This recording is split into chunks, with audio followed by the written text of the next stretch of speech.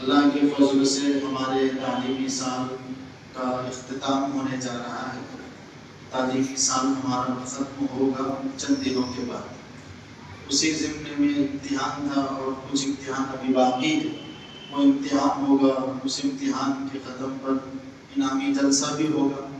جو بچوں نے ماشاءاللہ محنت کی اور اپنے سبق کو اچھا یاد کیا اور امتحان اچھے طریقے سے انہوں نے دیا، الحمدللہ جن کے نمبرات آئیں گے ان کو انعام سے بھی نوازا جائے گا۔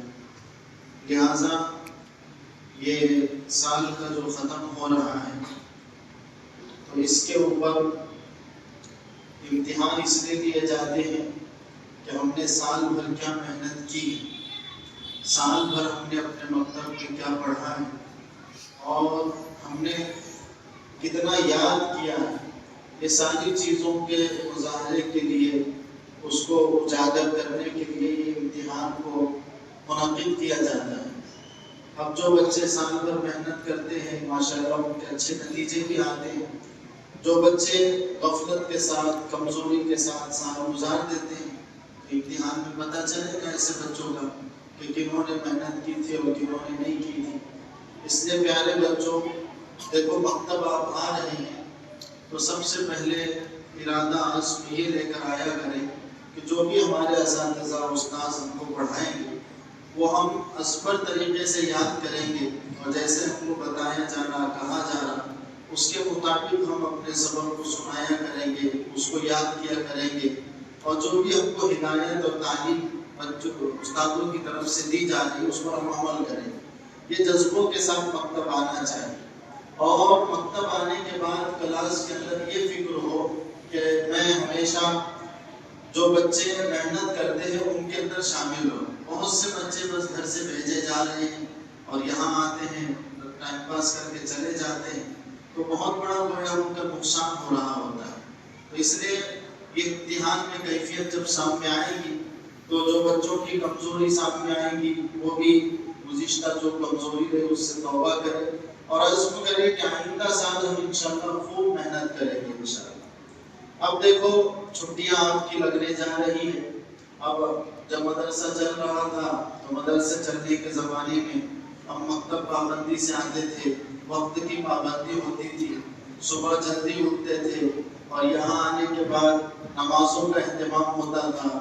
بری باتوں سے، بری صحبت سے، برائی کے کاموں سے ہم بچے رہتے تھے۔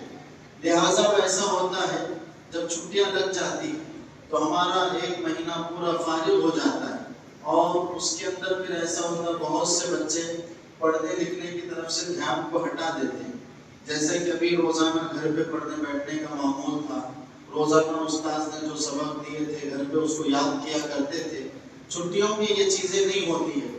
تو اس سے کیا ہوتا ہے کہ جو ہماری مکتب کے اندر ترقی ہونا چاہیے، چھٹیوں کے زمانے میں جب غفلت آ جاتی ہے اور بے فکری آ جاتی ہے تو یہ بے فکری کے نتیجے میں پھر ایسی کیفیت ہوتی ہے کہ بہت سے بچے مکتب شروع ہونے کے بعد بھی، مکتب آنے کے بعد ترقی نہیں کر پاتے، اچھا سبق یاد نہیں کر پاتے۔ اس لیے سب سے پہلے چھٹیاں لگنے سے پہلے عزم ارادہ کریں کہ چھٹیاں لگ بھی جائیں گی تو ہم اپنے پڑھنے پڑھانے کے جو معمول تھا اس کو قائم رکھیں گے، سب کریں گے انشاءاللہ۔ اب اس کی ترتیب کیا ہوگی؟ روزانہ ہم مغرب کے بعد پڑھتے بیٹھتے تھے، کوئی بچے ظہر کے بعد گھروں میں پڑھتے بیٹھتے تھے، کوئی بچے صبح بیٹھتے تھے۔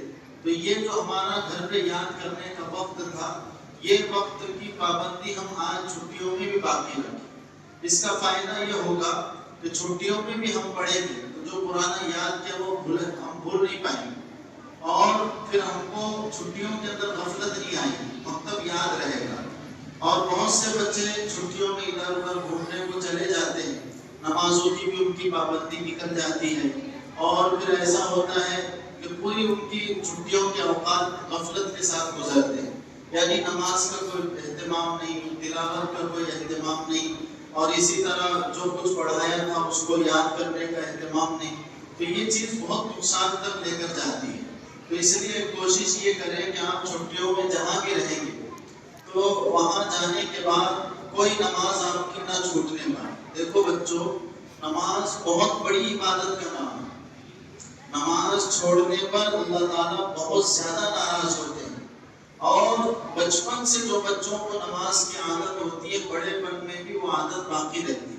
جو بچے بچپن میں نماز کی عادت نہیں ڈالتے بڑے ہونے کے بعد بھی ان کی پابندی میں پھر کمزوری رہتی ہے. اس لیے ابھی سے عادت بنائیں. اور نماز نہیں پڑھیں گے اللہ ناراض ہو جائیں گے. تو اللہ ناراض ہونے کے بعد ہم کو دنیا میں بھی بہت زیادہ نقصان اٹھانا پڑتا ہے اور آخرت میں بھی بہت بڑا نقصان اٹھانا پڑے گا. تو اس لیے اللہ ہم سے ناراض نہ ہو اس کے لیے ہر بچہ جہاں بھی رہے نماز کی پابندی کا وہ اہتمام کرے. سب بچے کریں گے انشاءاللہ.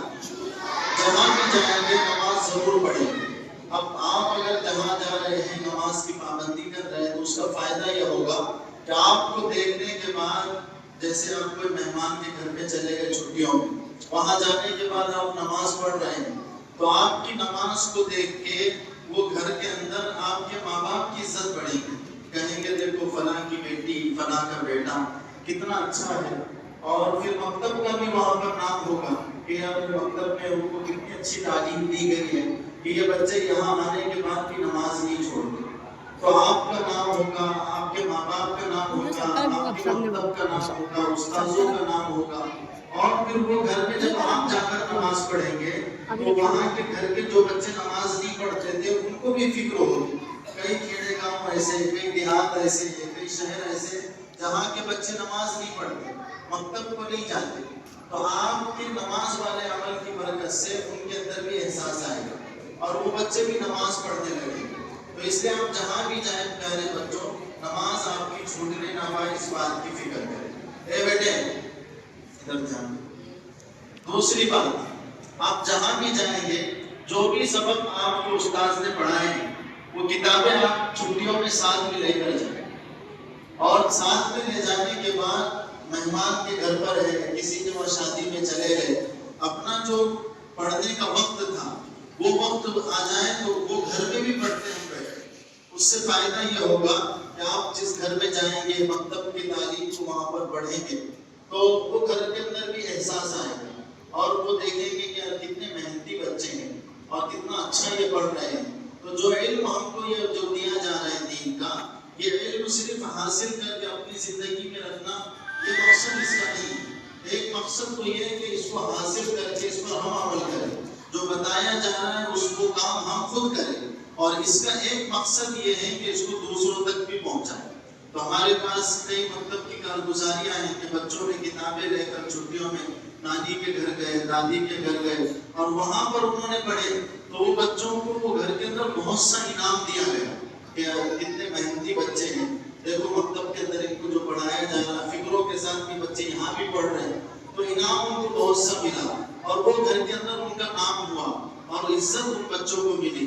اور پھر اس کے ذریعے سے وہ گھر کے بچے مکتب نہیں جاتے تھے وہ بچے بھی جانے والے بنے. تو سب بچے کریں گے اس کی فکر.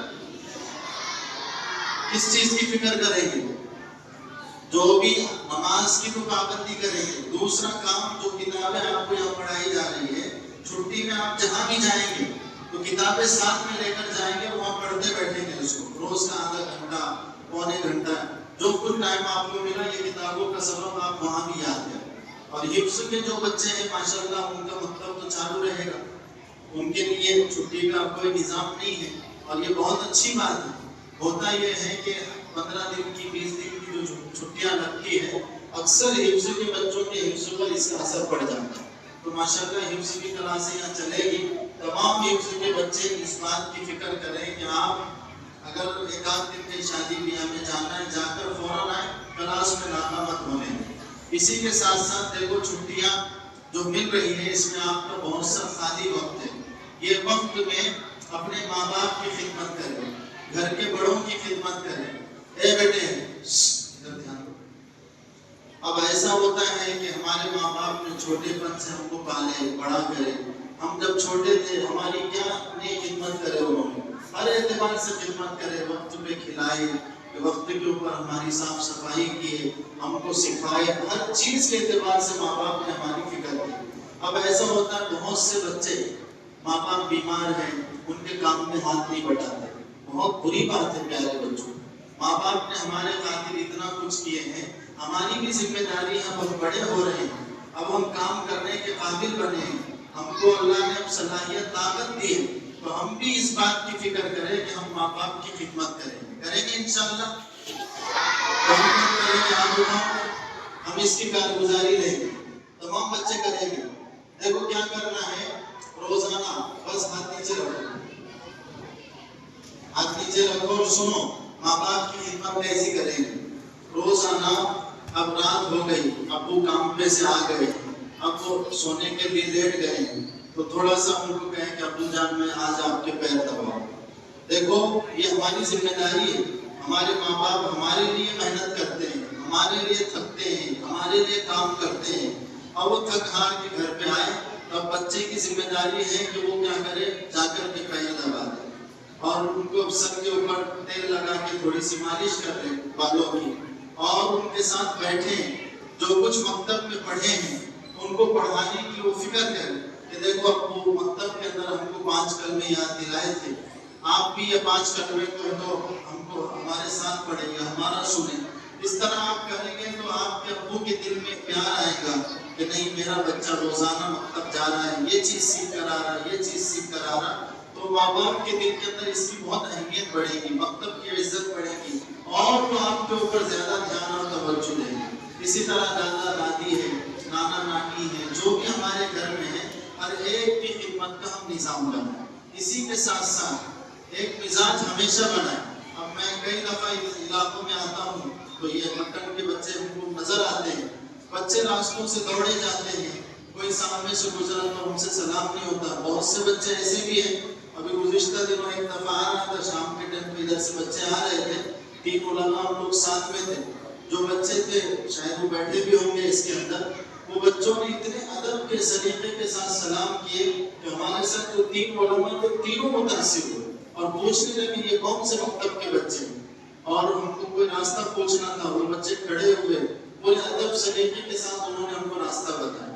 تو دیکھو آپ جب راستے سے چلتے ہیں نا، لوگ آپ کو دیکھتے ہیں، بہت سے بچے بھاگ دوڑ کر کے آتے ہیں اور ان کے سامنے سے لوگ گزر رہے ہیں، نہ سلام کرتے ہیں، نہ ان کا ادب کرتے ہیں، احترام کرتے ہیں۔ تو ایک مزاج بنائیں، جب بھی راستے سے گزریں گے سلیقے کے ساتھ اور ادب احترام کے ساتھ گزریں گے۔ اسی کے ساتھ ساتھ ہر ایک کو سلام کریں گے اور سلام زور آواز میں کریں گے۔